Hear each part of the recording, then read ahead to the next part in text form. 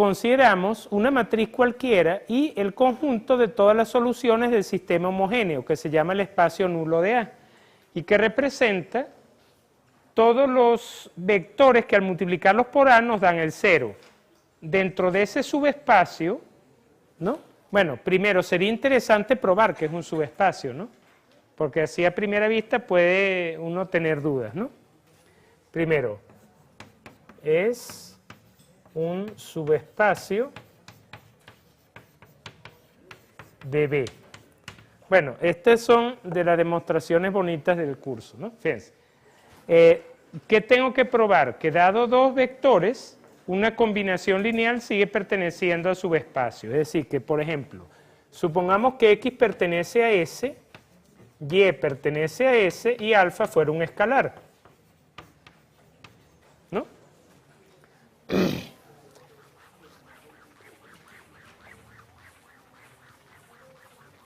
Entonces, si X pertenece a S, significa que A por X vale 0. Si Y pertenece a S, significa que A por Y vale 0. Entonces, ¿qué tengo que probar? Que alfa por X más Y pertenece a S. Le voy a poner una interrogante porque esto es lo que hay que demostrar, que es un subespacio. Entonces, para demostrar que pertenece a S, tenemos que demostrar que está en el espacio nulo, es decir, que la matriz A por este vector también es 0. Y bueno, fíjense que es cierto porque esto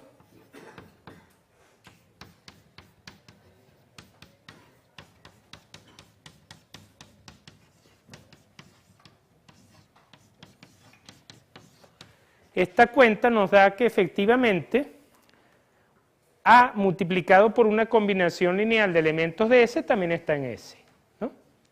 Aquí, bueno, lo único que se hizo fue poner el escalar fuera. Esto es un vector A por X, entonces estoy poniendo el escalar fuera de la cuenta, ¿no? Entonces, bueno, primero ya nos convencimos de que el espacio nulo de una matriz es un subespacio, ¿no? Ok, entonces vamos a ver. Fíjense que en consecuencia, según el teorema anterior, la dimensión de S tendría que ser menor o igual que N, ¿no? De hecho, si esa matriz fuera cuadrada e invertible, entonces la única solución del A por X igual a 0 sería la solución trivial X igual a 0, y ese es un subespacio de dimensión 0. Pero en general puede haber toda una gama de vectores que al multiplicarlos por A dan 0, o sea, lo que se llaman las soluciones del espacio nulo. Aquí ya demostramos que eran un subespacio y por el teorema anterior su dimensión tiene que ser menor a n, lo cual es evidente porque son vectores de Rn que cumplen con una condición, que dice que es menor, es un subespacio menor a Rn, ¿no? Ok, entonces, ¿qué más? A ver, vamos a ver cómo construir esto.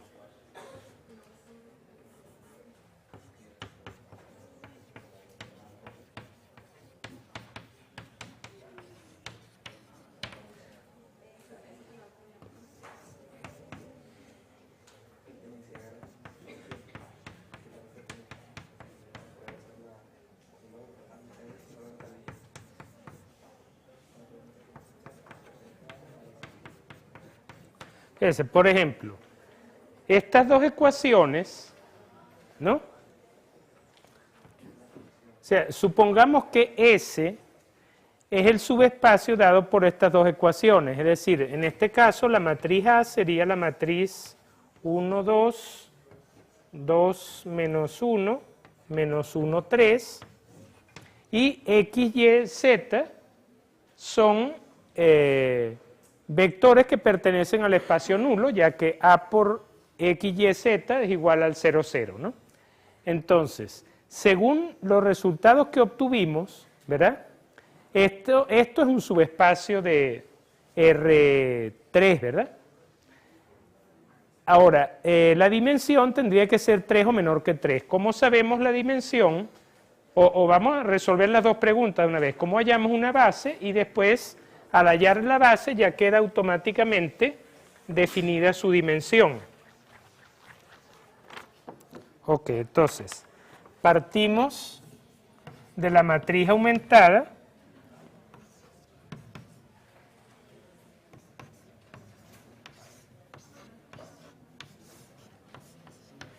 E intentamos llevarla a una submatriz de esa matriz de 2 por 3, la del lado izquierdo, ¿no?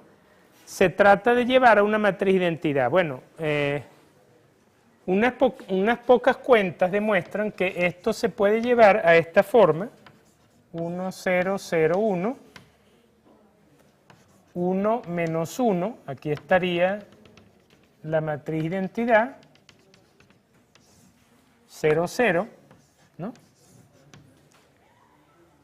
Y al llegar allí, ¿verdad?, nos damos cuenta de que hay entonces dos ecuaciones. La primera, que sería x más z es igual a 0, y la otra que sería y menos z igual a 0. Como y menos z vale 0, y valdría z, z valdría z, y x valdría menos y, menos z, perdón. Entonces, un vector típico que pertenezca a ese subespacio de nulo sería un vector de la forma menos z, z, z, es decir, z menos 1, 1, 1, ¿no?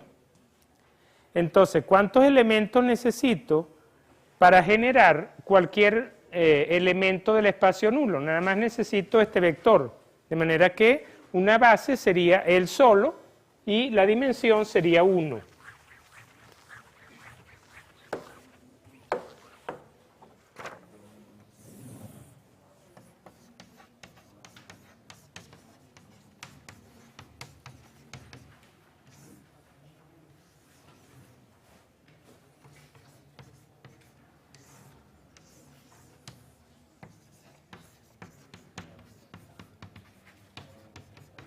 Y observen que 1 es menor o igual que 3, ¿no? O sea, que era la dimensión de R3.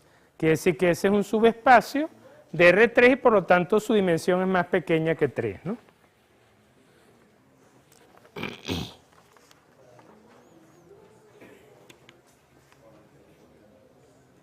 Bueno, por supuesto, también puede ocurrir cuando nosotros tomamos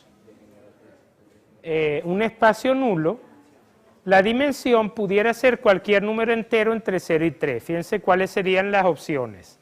Si el sistema solamente acepta la solución trivial, que es el 0, entonces la dimensión es 0 porque el espacio nulo se vería reducido a su mínima expresión, que es el vector nulo, ¿no? En el caso que tenemos aquí, ya ven que puede tener dimensión 1, pero también pudiera tener dimensión 2. Por ejemplo, si necesito, ¿cómo tendría dimensión 2? Bueno, por ejemplo, si esta fila se anula completamente, si hubiera quedado en ceros, porque entonces nos queda una sola ecuación. X es igual a menos z, y claro, entonces x vale menos z, z vale z y y vale lo que sea. Quiere decir que para generar cualquier solución necesito dos variables, la y la z, o dos cosas. Y entonces, bueno, al agrupar convenientemente van a tener una base con dos elementos, ¿no? O sea que el espacio puede tener dimensión 2, ¿no? A ver, en principio puede tener dimensión 3 también. ¿Cómo puede tener la misma dimensión? Bueno, si A es la matriz nula. Si A es la matriz nula, cualquier vector de R3 al multiplicar A por X me va a dar 0. Quiere decir que si A es la matriz nula, su espacio nulo es todo R3 y por lo tanto la dimensión es 3. Es decir, que hay las 4 combinaciones posibles. La dimensión puede ser 0, 1, 2 o 3, ¿no? Pero siempre menor o igual que 3, ¿no? Ok, vamos a ver. Ahora, hay un asunto que tiene que ver con las bases. Para demostrar que algo es una base, se necesitan dos condiciones: que sean vectores linealmente independientes y que generen. En realidad, en el caso del de este ejemplo yo solamente demostré que generan, ¿no? O sea que cualquier vector se puede escribir en términos de él, pero es un solo vector, que dice que tiene que ser linealmente independiente, a juro, ¿no? Entonces, pero en el caso de que la dimensión de este espacio sea 2, este proceso ya demuestra también que son linealmente independientes, ya que, por ejemplo, si tuviéramos esto en términos de dos variables, ¿no? Digamos, este caso de que esto se anulara, entonces tendríamos x más z vale 0, es decir, que x valdría menos z, z valdría z y y valdría lo que fuera, ¿no? Cuando uno separa esto en términos de x, de y multiplicado por el vector 0, 1, 0 más z por el vector menos 1, 0, 1, claro, al igualar esto a 0, se ve que x y y tienen que dar 0, en consecuencia z también, y entonces también son linealmente independientes, ¿no? Quiere decir que este proceso ya automáticamente demuestra que son linealmente independientes, ¿no? Pero en general nos podemos ahorrar una de esas dos cosas, si sabemos cuál es la dimensión del espacio. Entonces, la forma de ahorrárselo es el siguiente, es utilizando el siguiente teorema.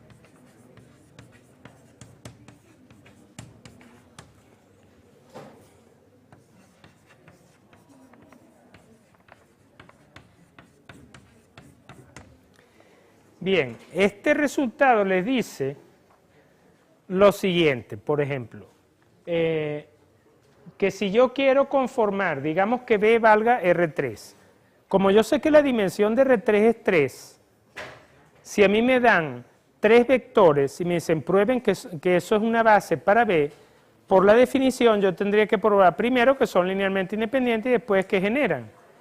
Pero de esta manera, al coincidir, al ser exactamente el mismo número de vectores, es suficiente con demostrar que son linealmente independientes, ya que automáticamente, al ser la misma cantidad de vectores que dimensión, tienen que ser generadores también, ¿no? Bueno, esto no es muy difícil, también se prueba por reducción al absurdo.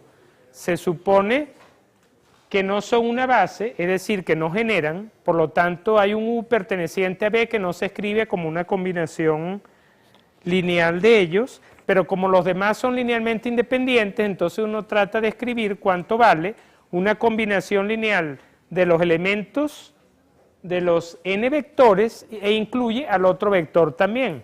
Entonces, utilizando la independencia lineal, se concluye que una contradicción, que es que sí deben generar, ¿no? Esa es más o menos la forma de probar esto. No sé si vale la pena.